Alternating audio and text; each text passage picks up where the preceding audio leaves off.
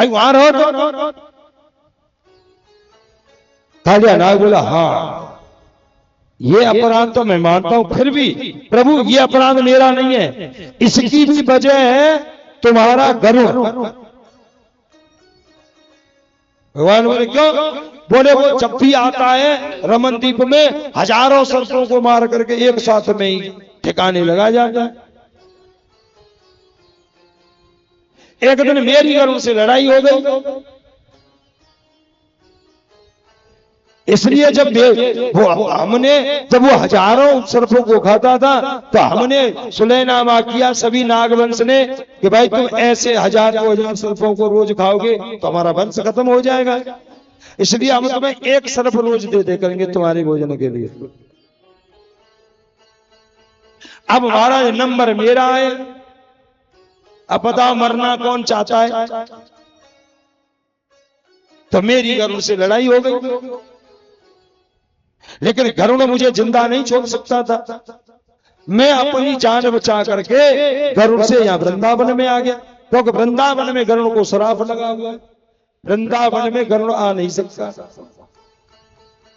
वैसे इतना तो हमारे बड़े बूढ़े भी जानते होंगे, गरुड़ को ये पक्की बात है, वृंदावन में आने की तो बात छोड़ो, गरुड़ को इतना श्राप है कि वृंदावन के ऊपर होकर के भी तू उड़ जाएगा तो तेरे टुकड़े टुकड़े हो जाएंगे। इसलिए महाराज गरुड़ को यहां श्राप लगा हुआ है, वो आता नहीं है, मैं अपनी प्राण बचा करके यहां पड़ा हूं। महाराज प्राण तो भाई सबको प्यारे होते हैं, मरना तो कोई नहीं चाहता। भगवान बोले तो एक काम करो, हाँ अब तुम जाओ,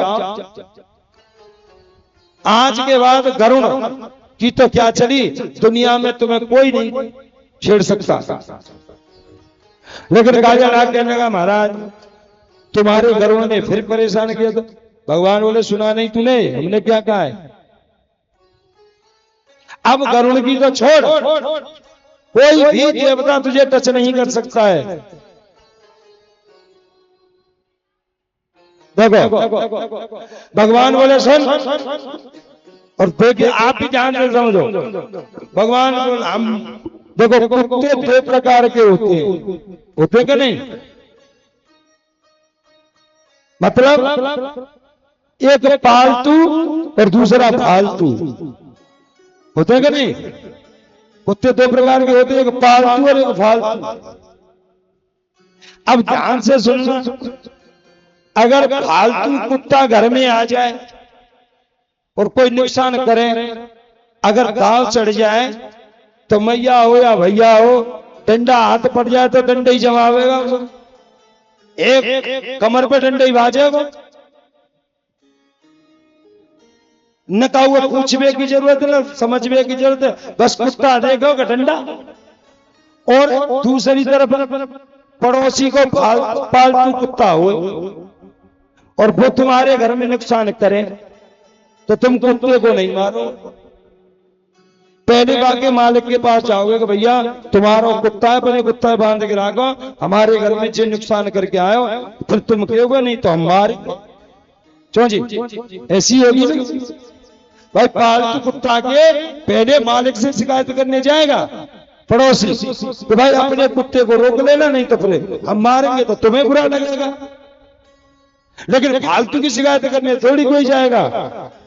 इसलिए सुनो, तू अब फालतू नहीं रहा है, अब तू पालतू हो गया है,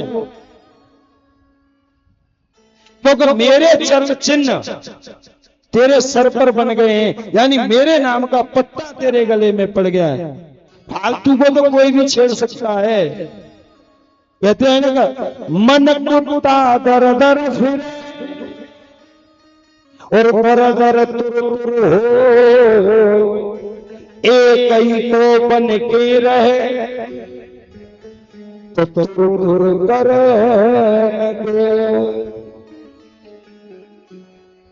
ये हमारा मन भी तो कुत्ता ही है, ये भी भटकता ही रहता है, कभी यहां कभी वहां। इसलिए इस मन को रोको, एक को ही, एक का अगर हो जाओगे, कि मानो किसी के भी तुम बन जाओगे फिर उसे तुम्हारी चिंता रहेगी, वो हर हाल में तुम्हारी जीवन यापन की पूर्ति करेगा। लेकिन बन जाओ पालतू एक ही के,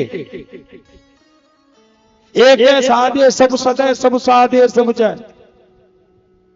हम जीवन में किसी भी परमात्मा, ये नहीं कह रहे हम किसी को भी अपना एक इष्ट बना लो, ये नहीं कि कभी तो दुर्गा मैया पर जाकर के आ सकते हो, कब तुम मैया हमारी भगवान, कब खाटू श्याम भाग रहे हैं तो कब ताऊ जी में जा रहे हैं तो कब वृंदावन में जा रहे हैं। ये दर दर भटकना ही सबसे बड़ी हमारी बेवकूफी है।